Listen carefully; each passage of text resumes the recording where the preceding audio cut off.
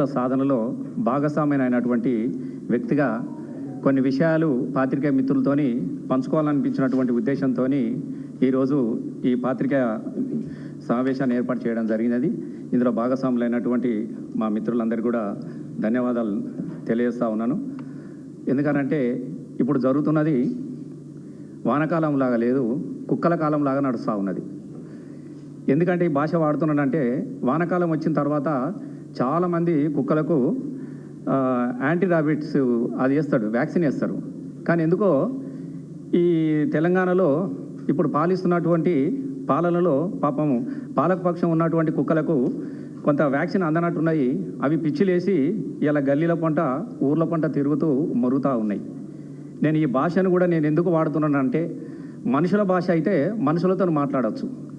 ఈ కుక్కల భాష మాట్లాడాలంటే కొంచెం గట్టిగానే చెప్పాల్సినటువంటి పరిస్థితి ఉంది. కాబట్టి నేను ముందు ఈ 2 పదాలను నేను వాడిన. అయితే ముఖ్యంగా గత 2-3 రోజుల నుంచి మనం చూస్తూ ఉన్నాం. మరి ఈ ప్రాంత తెలంగాణ రాష్ట్ర ముఖ్యమంత్రి వర్యులు సరే ఎక్కడే మాట్లాడుతూ ఉన్నాడో ఏం మాట్లాడతాడో కూడా మీ అందరికీ తెలిసినప్పటి విషయం అయినప్పటికీ కూడా మొన్న బాగా రెచ్చిపోయి తెలంగాణ రాష్ట్రాన్ని సాధించినటువంటి ఒక వ్యక్తి కేసీఆర్ మీద కావచ్చు, తెలంగాణ ఉద్యమంలో తన పదవులకు రాజీనామా చేసి ప్రజల వైపు నిలబడి కొట్లాడి తెలంగాణ రాష్ట్ర సాధనలో భాగస్వామ్యమైనటువంటి నాయకుల మీద కావచ్చు, చాలా మాటలు కూడా మాట్లాడలేనటువంటి అనేకమైనటువంటి అసభ్యకరమైనటువంటి పదాలను వాడుతూ కూడా మరి రేవంత్ రెడ్డి గారు ముఖ్యమంత్రి గారు కేసీఆర్ గారు వస్తారా, కేటీఆర్ గారు వస్తారా, దమ్ముంటే రా అని చెప్పేసి తొడపాశం పెట్టుకున్నాడు, తొడలు కొట్టుకున్నాడు, మెడలు నింపిండు, ఇవన్నీ చేసేసిండు. సరే రమ్మని చెప్పేసి సవాల్ విసిరినటువంటి విషయం కూడా మీ అందరికీ తెలుసు. నేను ఒకటే చెప్తా ఉన్నానంటే సవాలుకు ఎన్నడూ కూడా వెనుకకు వెనుదిరిగినటువంటి చూడనటువంటి ఉద్యమ బిడ్డలు మన కేటీఆర్ గారు కావచ్చు, కేసీఆర్ గారు కావచ్చు, హరీష్ అన్న లాంటి కావచ్చు, బీఆర్ఎస్ టీఆర్ఎస్ పార్టీకి సంబంధించినటువంటి వ్యక్తులు ఎన్నడూ కూడా సవాళ్లకు వెనుకకు పోలేదు. సవాళ్ళను ఎదుర్కొన్న వాళ్ళు తెలంగాణ రాష్ట్ర ఉద్యమంలో కూడా తెలంగాణ వాదం లేదని అనుకున్నప్పుడు మీరు రాజీనామాలు చేయాలంటే తన పదవులను కూడా గడ్డి పోచలాగా పదవులను కూడా రాజీనామాలు చేసి ప్రజాక్షేత్రంలో నిలబడ్డటువంటి ఉద్యమ బిడ్డలు కాబట్టి సవాలుకు ఎదురు నిలబడ్డటువంటి పరిస్థితి మనం కేటీఆర్ గారిని మనం చూసినాం. మేము ఒకటే అడుగుతా ఉన్నాం, మీరేమడిగారు? కేసీఆర్ గారు వస్తారా, కేటీఆర్ గారు వస్తారా అని చెప్పినాడు. ఎస్, ఈ పార్టీ నుంచి మా కేటీఆర్ గారు బీఆర్ఎస్ పార్టీ వర్కింగ్ ప్రెసిడెంట్ గారు చాలా సిద్ధంగా నిలబడ్డాడు. ఎస్, నేను వస్తున్నా అని చెప్పినాడు. వస్తున్నా అని చెప్పేసి ఊరికే రారా అని చెప్పేసి రాండి అని పిలవలేదు. నీకు సమయం ఇచ్చినాడు, నీకు డేట్ ఇచ్చిండు, నీ ప్రిపరేషన్ కూడా టైం ఇచ్చి బరాబర్ వచ్చి నిలబడ్డాడు. ఎవడు వీరుడు? పారిపోయినాడు, పిరికి పందలాగా పోయినాడు దొంగ అవుతాడు తప్ప రమ్మని చెప్పేసి సవాలు స్వీకరించిన వాడు వీరుడు అవుతాడు. మరి అట్లాంటి వీరుని మీద కొంతమంది ఆయన అనుచరుల బృందం కావచ్చు, వాళ్ళ పార్టీ వాళ్ళు కావచ్చు మాట్లాడుతూ ఉంటే నాకు ఊర్లలో ఒకటి సామెత యాదికి వచ్చింది. చాలా మామూలుగా ఇళ్లలో ఒక కుక్క ఉంటుంది పెద్ద, ఆ పెద్ద కుక్క ఇంట్లో నుంచి గేటు లోపల ఉంటుంది. అది బౌ అనగానే వీధిలో ఉన్న ఊరు కుక్కలన్నీ బౌ బౌ బౌ బౌ అని మరుగుతూ ఉంటాయి.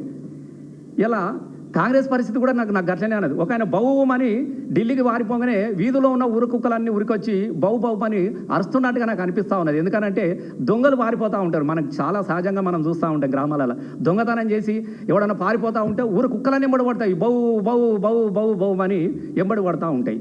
ఇలా గాంధీ భవన్లలో కావచ్చు, వాళ్ళ పార్టీ అఫీషియల్ కార్యాలయంలో కావచ్చు కొన్ని కుక్కలు మరుగుతూ ఉన్నాయి. నేను బరాబరి కుక్కగానే మాట్లాడుతూ ఉంటున్నా. ఎందుకంటే కుక్కల కొడుకులకు కుక్కల భాష తప్ప మంచి భాష రాదు. ఇలా కేటీఆర్ గారి గురించి చాలా అసభ్యకరమైనటువంటి పాలన. దేనికోసం మాకు అందుకే ప్రజలు కూడా అర్థం చేసుకుంటా ఉన్నారు. ప్రజలకు ఇలా నారుమల్లు పోసుకొని నీళ్ళ కోసం మొగులకు ముఖం పెట్టి వాన కోసం ఎదురు చూసే కాలం మొట్టమొదటిసారిగా తెలంగాణ రాష్ట్రం వచ్చిన 10 సంవత్సరాల తర్వాత మొట్టమొదటిసారిగా నారుమల్ల కోసము నీళ్ళ కోసం మొగులకు ముఖం పెట్టి మళ్ళా సేలల్లో నీళ్లు లేవు, సెలకల్లో నీళ్లు లేవు, నిన్నే నమ్మిన రైతు కళ్ళల్లో నీళ్లు లేవు, వానమ్మా నువ్వు ఒక్కసారి వచ్చిపో అని చెప్పేసి కప్పతల్ల ఆడుతున్నటువంటి సందర్భం ఈ 10 సంవత్సరాల కాలంలో మొదటిసారిగా ఇలా పల్లెల్లో మీరు కనబడుతూ ఉన్నది. చాలామంది నాట్లేయడానికి లేదు.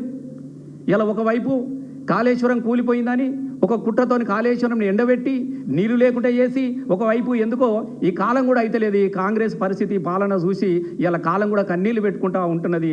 ఇలా కాలం కూడా అయ్యలేనటువంటి పరిస్థితుల్లో రైతులకు ఒక భరోసాని ఇవ్వాల్సినటువంటి ఇలా కాంగ్రెస్ ప్రభుత్వం కానీ వాళ్ళ ముఖ్యమంత్రి కానీ వాళ్ళ ఎమ్మెల్యేలు కానీ ఇలా పల్లెలకు పోయి రైతులను ఓదార్చే పరిస్థితి లేదు. మేము ఇచ్చినాము రైతు భరోసా అని. మరి రైతు భరోసా ఇచ్చినోడు రైతు రాజ్యం అనేటోడు ఇలా ఏ గ్రామాలలో పోయి ఇలా రైతుల దగ్గర నిలబడ్డా? ఇలా రైతుకు బీమా వస్తూ ఉన్నదా? నీ 420 హామీలు ఏ ఒక్కటి కూడా అమలు కాలేదు.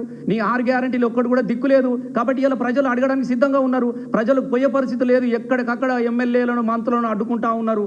ఎక్కడికక్కడ పారిపోతూ ఉన్నారు దొంగల్లాగా. ఇలా ప్రశ్నలు ఎక్కడైతే ప్రజలు మాట్లాడతారో అని చెప్పేసి ఇలా ఒకవైపు మేము ఇది ఇచ్చినాం అది ఇచ్చినామని చెప్పేసి ఇలా ఈ సబ్జెక్టును అంతా కూడా ప్రజలు ఏదైతే అనుకుంటారో దాన్ని డైవర్ట్ చేయడానికి కోసము వ్యక్తిగతమైనటువంటి దూషణలకు ఇలా కేటీఆర్ గారి మీద కేసీఆర్ గారి మీద వ్యక్తిగత దూషణలకు పాల్పడ్డటువంటి కాంగ్రెస్ నాయకులను నేను సూటిగా అడుగుతా ఉన్నా. చాతగా అనోడు మాత్రమే వ్యక్తిగతంగా మాట్లాడతాడు.